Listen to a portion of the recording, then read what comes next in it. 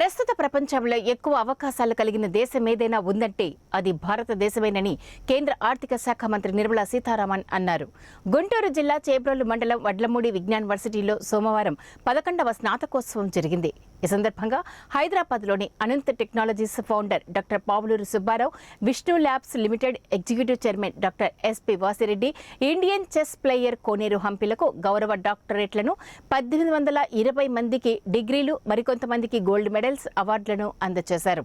నిర్మలా సీతారామన్ మాట్లాడుతూ software, IT కంపెనీల్లో ఉద్యోగాలు మాత్రమే కాకుండా కొత్త materials, rare minerals, material science, drone technology వంటి రంగాల్లో పరిశోధనలకు పూనుకోవాలని విద్యార్థులకు సూచించారు. ఇప్పటికే ఇస్రో చంద్రయాన్-3 ద్వారా దక్షిణ ధ్రువం మీదకు వెళ్లగలిగామని, 2040 నాటికి మానవరహిత ప్రయోగానికి పూనుకోవాలని కేంద్రం నిర్ణయించిందని ఈ సందర్భంగా చెప్పారు. అలాగే 2035 లోపు భారత స్పేస్ స్టేషన్ను పెట్టడానికి ప్రయత్నాలు మొదలు పెట్టాలని ఇస్రోకు ప్రధాని మోదీ సూచించారని తెలిపారు. చంద్రయాన్-3 విజయాన్ని విద్యార్థులు స్ఫూర్తిగా తీసుకోవాలన్న ఉద్దేశంతో 10 ప్రభుత్వ ఉన్నత పాఠశాలల విద్యార్థులకు చంద్రయాన్ నమూనాను బహుమతిగా అందజేశారు. రాష్ట్ర మంత్రి బుగ్గన మాట్లాడుతూ విద్యార్థుల మేధోపరమైన, విద్యాపరమైన అన్వేషణను, వారి వృత్తిపరమైన విజయాలను కుటుంబం, స్నేహితులు, శ్రేయోభిలాషులతో జరుపుకోవడానికి ఇది చిరస్మరణీయ వేదిక అని అన్నారు.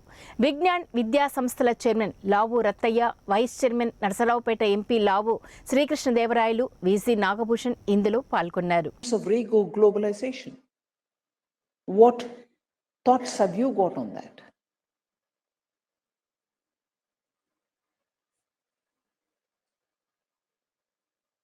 The globe now, or all of us now, will also have to think about where do we source our food from?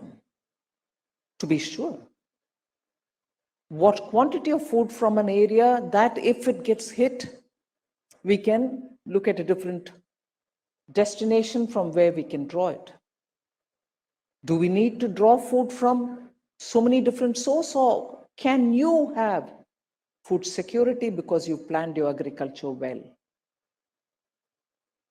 At least to bring in self-sufficiency for your respective country's consumption.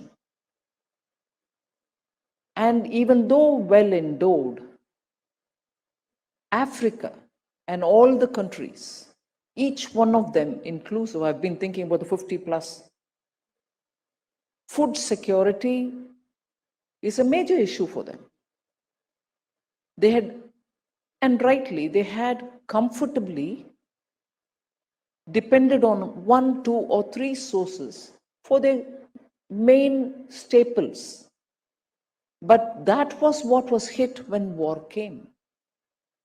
So not speaking just for India, the global food security issue, and it's ironic that we're talking about food security in 21st century, but global food security issues are definitely got to be thought out, not from the global links that you have.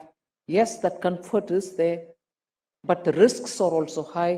So at least for some staples and essentials, there should be a regional balance that you need, if not a countrywide balance. Within a region that you can depend and have some sufficiency and surety that your food basket will be always ready for the table. If you depend on the global sourcing, you also will have to factor in the global risks. And can any one country or any one region afford to have food at that risk level? I think this is one thing on which your 3-day conclave should apply its mind and see how best we can have some kind of a template that food doesn't become an instrument in war or disruption. So should fertilizer, so should fuel. But when I start talking about fuel, it has an impact on climate financing, climate management, mitigating of climate risks, and everything else. And that's a very big and complex area on which any number of debate is required, and outputs will be keenly watched. I will take only one of the complex, layered debate that climate related issues have, and we have no answers on that one, for instance, as an example, but there can be many more within the climate issue itself. The transitional energy. We've been talking about transition now for possibly a decade. Till today, no one is able to tell us for sure which is that source of energy which can be comfortably used for transition.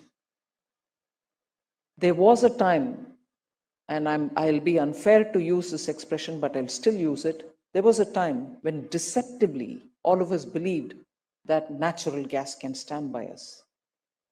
The uncertainty